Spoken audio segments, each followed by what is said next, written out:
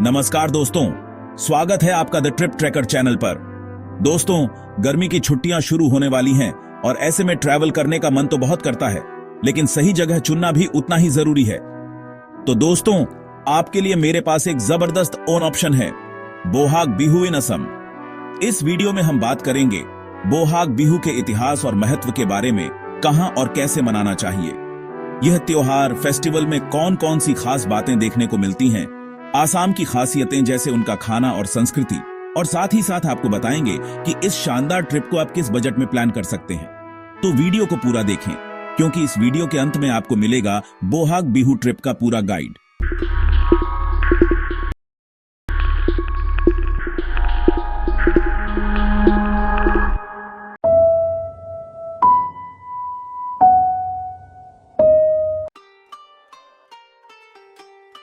दोस्तों, बोहाग बिहू, जिसे रोंगली बिहू भी कहा जाता है, असम का सबसे बड़ा और सबसे खास त्योहार है।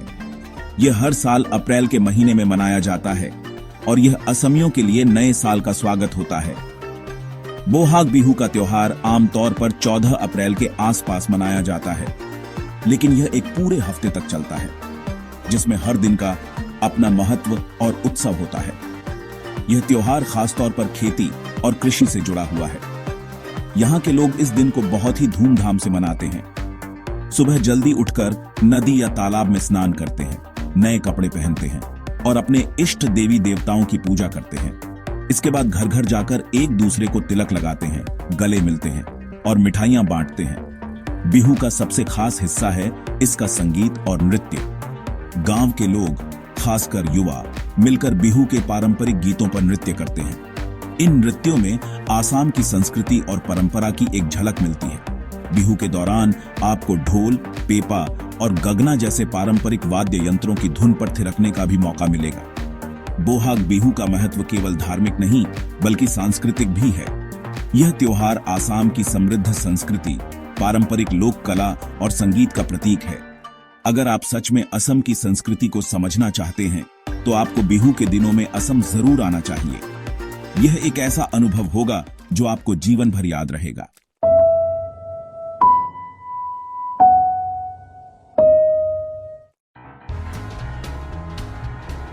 तो दोस्तों, अब जब आप बोहाग बिहू के बारे में सब कुछ जान गए हैं, तो चलिए आपको बताता हूं कि बिहू का असली धमाल देखने के लिए आप कौन कौन सी जगहों पर जा सकते हैं। सबसे पहले नंबर पर आता है गुवाहाटी, असम की राजधानी और सबसे बड़ा शहर।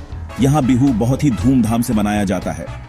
गुवाहाटी में कई ऐसे पार्क और मैदान हैं जहां बिहू के मौके पर विशेष कार्यक्रम का आयोजन किया जाता है। यहां आपको बिहू के पारंपरिक नृत्य, संगीत और खेल देखने को मिलेंगे। दूसरे नंबर पर है माजुली। ब्रह्मपुत्र नदी पर बसा यह विश्व का सबसे बड़ा नदी द्वीप है। यह जगह अपनी प्राकृतिक सुंदरता और अनोखी संस्कृति के लिए जानी जाती है। यहां बिहू का त्योहार बहुत ही श्रद्धा और उल्लास से मनाया जाता है। माजुली में आपको बिहू के अलावा असम की ग्रामीण जीवन शैली को भी देखने का मौका मिलेगा। तीसरे नंबर पर है शिवसागर। यह शहर अपने ऐतिहासिक महत्व के लिए जाना जाता है।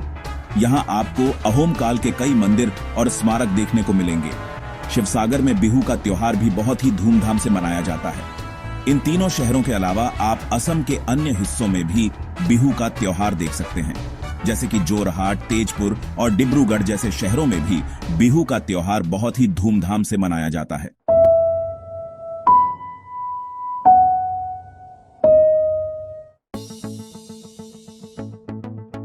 दोस्तों, किसी भी जगह की संस्कृति को समझने का सबसे अच्छा तरीका होता है उसकी खान पान को जानना।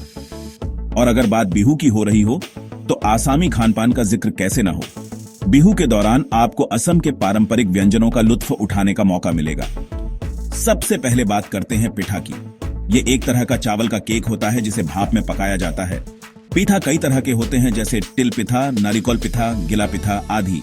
इसे गुड़, नारियल और तिल के साथ परोसा जाता है। दूसरे नंबर पर है लारू। ये एक तरह की मिठाई होती है जिसे बेसन, नारियल और गुड़ से बनाया जाता है। लारू को भी कई तरह से बनाया जाता है, जैसे नारिकोल लारू, तिल लारू, बेसन लारू आदि। तीसरे नंबर पर है जोलपान। ये एक तरह का नाश्ता होता है जिसे चावल, दही और गुड़ से बनाया जाता है। जोलपान को भी कई तरह से बनाया जाता है, जैसे चिराडोई, मूरी घोंटो आदि।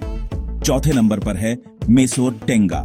यह एक तरह की मछली की करी होती है जिसे टमाटर, प्याज और अदरक लहसुन के पेस्ट में बनाया जाता है। मेस और टेंगा को चावल के साथ परोसा जाता है। और अंत में बात करते हैं राइस बीयर की। इसे अपोंज भी कहा जाता है। यह एक तरह की स्थानीय शराब होती है जिसे चावल से बनाया जाता है।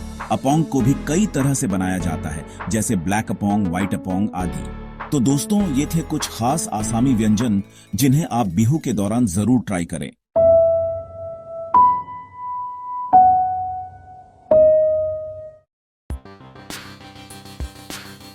तो दोस्तों, अब जब आप बिहू के बारे में इतना कुछ जान गए हैं, तो आपके मन में यह सवाल जरूर आ रहा होगा कि आसाम कैसे पहुंचे।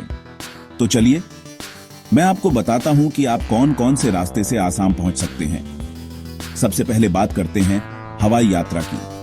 अगर आप हवाई जहाज से आसाम जाना चाहते हैं तो आप दिल्ली, मुंबई, कोलकाता, चेन्नई, बेंगलोर जैसे सभी बड़े शहरों से सीधी उड़ान ले सकते हैं।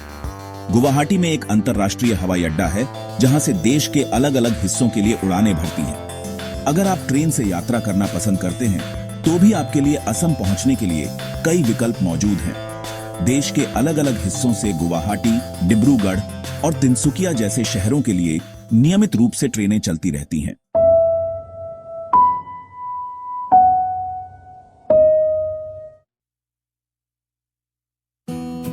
दोस्तों, अब जब आप बिहू देखने के लिए आसाम जाने का प्लान बना ही रहे हैं, तो रहने की व्यवस्था करना भी उतना ही जरूरी है।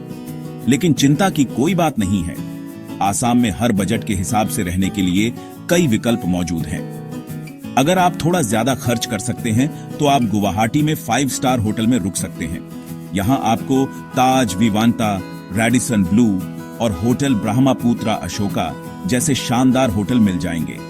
इन होटलों में रहने का खर्च लगभग 5,000 से 10,000 रुपए प्रति रात तक हो सकता है। अगर आपका बजट थोड़ा कम है तो आप 3 स्टार या बजट होटल में भी रुक सकते हैं। गुवाहाटी में बड़े होटल 1,500 से 3,000 रुपए तक में मिल जाते हैं। इन होटलों में भी आपको सभी बुनियादी सुविधाएं मिल जाएंगी। अगर आप स्थानीय संस्कृति को और नजदीक से देखना चाहते हैं तो आप होमस्टे का भी विकल्प चुन सकते हैं। माजुली में आपको होमस्टे मिलते हैं जिनकी कीमत 500 से 1,000 रुपए तक होती है।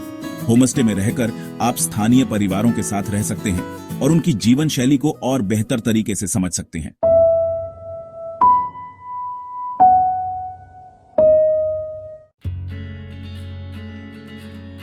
दोस्तों, अब जब आप बिहू देखने के लिए आसाम जाने की तैयारी कर ही रहे हैं, तो मैं आपको कुछ जरूरी टिप्स देना चाहूंगा जो आपकी यात्रा को और भी सुखद बनाएंगे।